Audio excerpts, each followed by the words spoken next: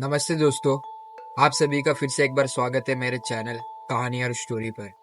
आज हम बात करने वाले हैं कर्ण के बारे में। जी हाँ, वही महाभारत के कर्ण के बारे में। महाभारत के विशाल कथा में बहुत सारे पात्र हैं, लेकिन कर्ण की कहानी बहुत ही अनोखी और दिल को छू लेने वाली है।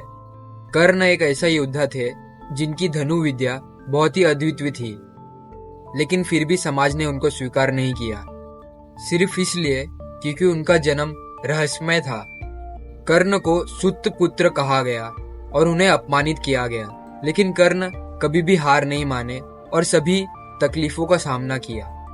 जिसने कर्ण को सम्मान दिया, कर्ण ने उसके लिए अपने पूरे जीवन को न्यौछावर कर दिया। दुर्योधन की मित्रता को निभाने के लिए कर्ण ने जीवन भर संघर्ष किया। भले ही सही और गलत में फंसकर कर्ण का बहुत बार दिल टूटा, लेकिन उसने अपनी मित्रता अंत तक निभाई। कर्ण का जीवन एक ऐसा संघर्ष था जहां हर मोड़ पर उसे न्याय नहीं बल्कि उसकी परीक्षा ली जा रही थी। फिर भी कर्ण ने हार नहीं माना और अपनी जीवन की हर कठिनाइयों का सामना किया, और कर्ण अपने हर उसूलों पर अड़ा रहा।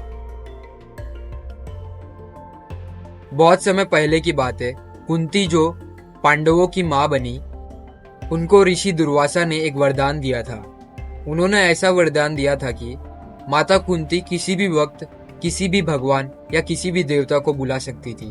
जिज्ञासा अवश उन्होंने सूर्यदेव का आह्वान किया और उसी क्षण उनके गर्भ से एक दिव्य बालक का जन्म हुआ, जिसका नाम कर्ण था। कर्ण को उनके जन्म के साथ ही सूर्यदेव से कवच और कुंडल मिला हुआ था, जो कि उनकी दिव्य और महानता की एक प्रतीक थी। पर माता कुंती उस वक्त अविवाहित थी। समाज के डर से उन्होंने कर्ण को एक टोकरी में डाल दिया और नदी में बहा दिया। नदी में बहते बहते कर्ण अधिरथ और राधा के पास पहुंचते हैं, जो एक रथ चालक के दंपति थे। उन्होंने कर्ण का अपने बेटे की तरह पालन पोषण किया और कर्ण को बड़ा किया। कर्ण एक सुतपुत्र के रूप में बड़े हुए, लेकिन उनका तेज और उनका कौशल और उनका स्वभाव किसी राजा से कम नहीं था। फिर भी समाज ने कर्ण को उसके जाति के आधार पर आंका और कर्ण को हर समय अपमानित करते गए। कर्ण को नहीं पता था कि उनके रगों में राजसी और देवताओं की रक्त बहती है, पर उस अनदेखे सच के बावजूद भी कर्ण ने अपने गुणों के साथ लोगों को चुनौती दी। और यहीं से शुरुआत होती है कर्ण के जीवन की कहानी। कर्ण बचपन से ही एक योद्धा बनने की सपना देखते थे, परंतु एक सत्पुत्र होने के कारण उन्हें राजकीय गुरुकुलों में प्रवेश नहीं मिलता था। उन्होंने गुरु द्रोणाचार्य से विनती की, लेकिन उन्होंने भी उनके जाति के आधार पर उन्हें ठुकरा दिया। उन्होंने कहा कि तुम सत्पुत्र हो और हम सत्पुत्रों को योद्धा के गुण नहीं सिखाते। परंतु कर्ण ये सबसे हार मारने वाला नहीं था। उसने अपना दिमाग लगाया और उसने खुद को ब्राह्मण बताकर एक महान योद्धा और ऋषि परशुराम से शस्त्र विद्या सीखी। कर्ण दिन रात मेहनत करके सभी कौशल्य और गुणों को सीख रहा था। फिर वो समय आ ही गया। कर्ण ने मेहनत करके सभी कौशल्य को सीख लिया, और इतना ही नहीं, वो उस टाइम के सबसे बड़े योद्धा अर्जुन को भी टक्कर दे रहा था। लेकिन कहते हैं ना, जिसका जीवन आसान होता है वो कभी योद्धा नहीं बन सकता। कर्ण की किस्मत ने फिर से करवट ली। कर्ण की किस्मत का वो दिन आता है जब परशुराम को कर्ण की असलियत के बारे में पता चल जाता है, और परशुराम को ऐसा लगता है कि कर्ण ने उसे ठग लिया। परशुराम गुस्से में आकर उसे श्राप दे देते हैं कि सबसे निर्णायक समय में वो अपने सभी ज्ञान भूल जाएगा। यही श्राप आगे जाकर कर्ण की जीवन की त्रासदी बनी, एक ऐसी चोट जो उसकी महानता पर हमेशा भारी रही। एक दिन हस्तिनापुर में द्रोणाचार्य ने धनुर्विद्या की प्रतियोगिता की। अर्जुन ने अपने कला और गुणों से सबका दिल जीत लिया, लेकिन तभी मंच पर आता है कर्ण, जो अर्जुन को चुनौती देना चाहता था, लेकिन सत्पुत्र होने के कारण उसे इस प्रतियोगिता में कोई भाग नहीं लेने दे रहा था। लेकिन जब कर्ण ने अपने गुणों को दिखाने की इच्छा जताई, तब उस राजकीय में बैठे सभी लोगों ने ये कहा कि एक सत्पुत्र राजकुमार के बेटे से कैसे लड़ सकता है। उस अपमान के बीच में खड़ा था दुर्योधन, जो राजनीति के सभी चाले जानता था। उसने उसी मंच पर घोषणा कर दी कि आज से कर्ण अंग देश का राजा है। दुर्योधन ने कर्ण को वो सम्मान दिया जो कर्ण को आज तक किसी ने भी नहीं दिया था। उसी समय से कर्ण ने दुर्योधन को अपना परम मित्र और स्वामी मान लिया था। यही मित्रता कर्ण के जीवन की सबसे बड़ी मोड़ बनी। उस रिश्ते की निष्ठा को पूरा करने के लिए कर्ण ने दुर्योधन का साथ अंत तक दिया, भले ही उसे अपने सगे भाइयों के खिलाफ युद्ध करना पड़ा हो और धर्म के विरुद्ध भी लड़ना हो, लेकिन कर्ण ने हर वक्त दुर्योधन का साथ दिया। कर्ण का जीवन शुरू से ही विडंबना और नैतिक उलझनों से भरा हुआ था। वो शुरुआत से ही पांडवों के बड़े भाई थे, लेकिन इस सच से वो पूरी जिंदगी अनजान बना रहा। युद्ध के ठीक पहले ही माता कुंती ने कर्ण को उसकी असलियत बताई। उन्होंने कहा कि मैं तुम्हारी माता हूं और ये सभी तुम्हारे भाई हैं। ये सुनकर कर्ण का दिल टूट गया और वो भयभीत हो गया, लेकिन कर्ण ने माता कुंती से कहा कि वो अर्जुन को छोड़कर बाकी किसी पांडवों को नहीं मारेगा। ये सब के बावजूद भी कर्ण ने दुर्योधन का साथ कभी नहीं छोड़ा। दुर्योधन ने जो सम्मान कर्ण को दिया था वो उसको अभी भी याद थी। दुर्योधन की वो दोस्ती भी कर्ण को याद था। इस वजह से वो दुर्योधन का साथ दे रहा था। कर्ण की यही निष्ठा कई बार कर्ण को अधर्म के पक्ष में खड़ा कर देता था, चाहे वो द्रौपदी का अपमान क्यों ना हो और पांडवों के खिलाफ युद्ध लड़ना क्यों ना हो। कर्ण जानता था कि दुर्योधन गलत है, लेकिन फिर भी कर्ण ने दुर्योधन का साथ दिया। कर्ण हमेशा अपनी दोस्ती के लिए खड़े रहे।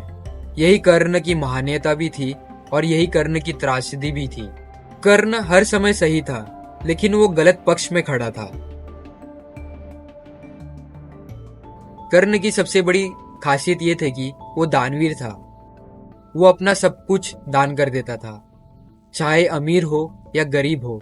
उससे कोई कुछ भी मांगता था, कर्ण बिना सोचे उसे दान कर देता था। वो हमेशा लोगों की मदद करना चाहता था। इस वजह से उससे कोई भी कुछ मांगते थे तो वो सीधा दान कर देता था। वो ये नहीं देखता था कि ये आदमी गलत है या सही है। और कर्ण ने दान करते समय कभी भी अपने नुकसान को नहीं देखा। इस दयालुता का फायदा दुश्मनों ने भी उठाया। युद्ध के पहले अर्जुन के पिता इंद्र ने एक ब्राह्मण का रूप धारण किया और कर्ण के पास पहुंच गए और कर्ण से उन्होंने उनका कवच और कुंडल मांगे। कर्ण को मालूम था कि ये दुश्मनों ने उन्हें अपने जाल में फंसाया है, लेकिन फिर भी बिना कुछ सोचे समझे कर्ण ने अपने कवच कुंडल उन्हें दान कर दिए। इतना बड़ा दानवीरता मैंने आज तक नहीं देखा था, और इसी दानवीरता के कारण उन्होंने खुद को युद्ध में निहत्था कर बैठा था। उनके पास कोई हथियार तक नहीं था। कुछ समय बाद भगवान कृष्ण स्वयं कर्ण को समझाने आते हैं। भगवान कृष्ण ने कहा कि अगर तुम पांडवों की तरफ आ जाते हो तो हस्तिनापुर की सिंहासन तुम्हें मिलेगी, लेकिन कर्ण ने यह कहा कि उन्हें सत्ता नहीं चाहिए। मेरी निष्ठा दुर्योधन के प्रति है और वो अंत तक दुर्योधन के प्रति ही रहेगी, और वो अंत तक लड़ाई करेगा, भले ही उसे अपने सगे भाइयों से क्यों न लड़ना पड़े। उसकी यही निष्ठा उसे महान बनाती थी, और कर्ण की यही वफादारी और दानवीरता उसे एक बड़ा योद्धा लेकिन दुखी योद्धा बनाती थी।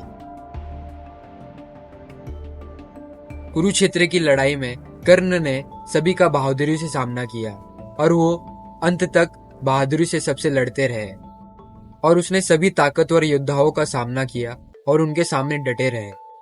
अर्जुन के साथ उनकी टक्कर पूरे युद्ध में रोमांचक और प्रतीक्षित बनी। हालांकि कर्ण को श्राप मिला था, वो अपने कवच कुंडल के बिना ही युद्ध लड़ रहा था और युद्ध में परिस्थितियां उसके खिलाफ थी, फिर भी उसने अपने सम्मान और शौर्य के लिए अंत तक लड़ाई की। अंतिम युद्ध में जब कर्ण के रथ का पहिया जमीन में फंस गया था, तब वो उसे निकालने की पूरी कोशिश कर रहा था। तब कर्ण ने अर्जुन को यह याद दिलाया कि युद्ध का नियम है कि किसी के रथ का पहिया फंस जाए तो कुछ समय तक युद्ध को रोक दिया जाए, और उसने उस युद्ध में थोड़ा विराम करने की विनती की। लेकिन अर्जुन को भगवान श्री कृष्ण ने यह याद दिलाया कि उन्होंने द्रौपदी का अपमान किया है और अभिमन्यु की मृत्यु में कर्ण ने सबसे बड़ी भूमिका निभाई है। भगवान श्री कृष्ण के कहने पर अर्जुन ने कर्ण पर वार कर दिया। कर्ण निहत्था था, उसके पास कोई हथियार भी नहीं था। कर्ण की कहानी वहीं समाप्त हो गई। ये घटना महाभारत में सबसे विवादित और एक मार्मिक क्षण था। कर्ण की त्रासदी केवल उसकी मौत में ही नहीं छुपी है, बल्कि उसने जीवन में कई सारे अन्याय किए थे, उसमें भी छुपी है।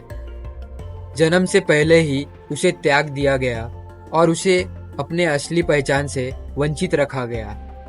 अपने दिव्य जन्म के बावजूद भी जीवन भर सत्पुत्र होने पर उसे अपमानित किया गया। भाग्य ने उसे धोखा दिया, श्रापों ने उसके ताकत को कमजोर कर दिया। वफादारी और कर्तव्य के बीच फंसा, धर्म और सच्चाई को छोड़कर उसने मित्रता को चुना और अंत में उसी युद्धों के नियमों का उल्लंघन करते हुए उसे मारा गया। वही नियम जिसका उसने हमेशा पालन करने की कोशिश की। तो दोस्तों, आपको कर्ण की ये कहानी कैसी लगी? अगर आपको ये वीडियो अच्छी लगी तो हमारे चैनल कहानी और स्टोरी को सब्सक्राइब जरूर कीजिएगा और मेरी कोशिश पसंद आई तो मेरे इस वीडियो को लाइक और शेयर जरूर कीजिएगा। जय हिंद, जय भारत।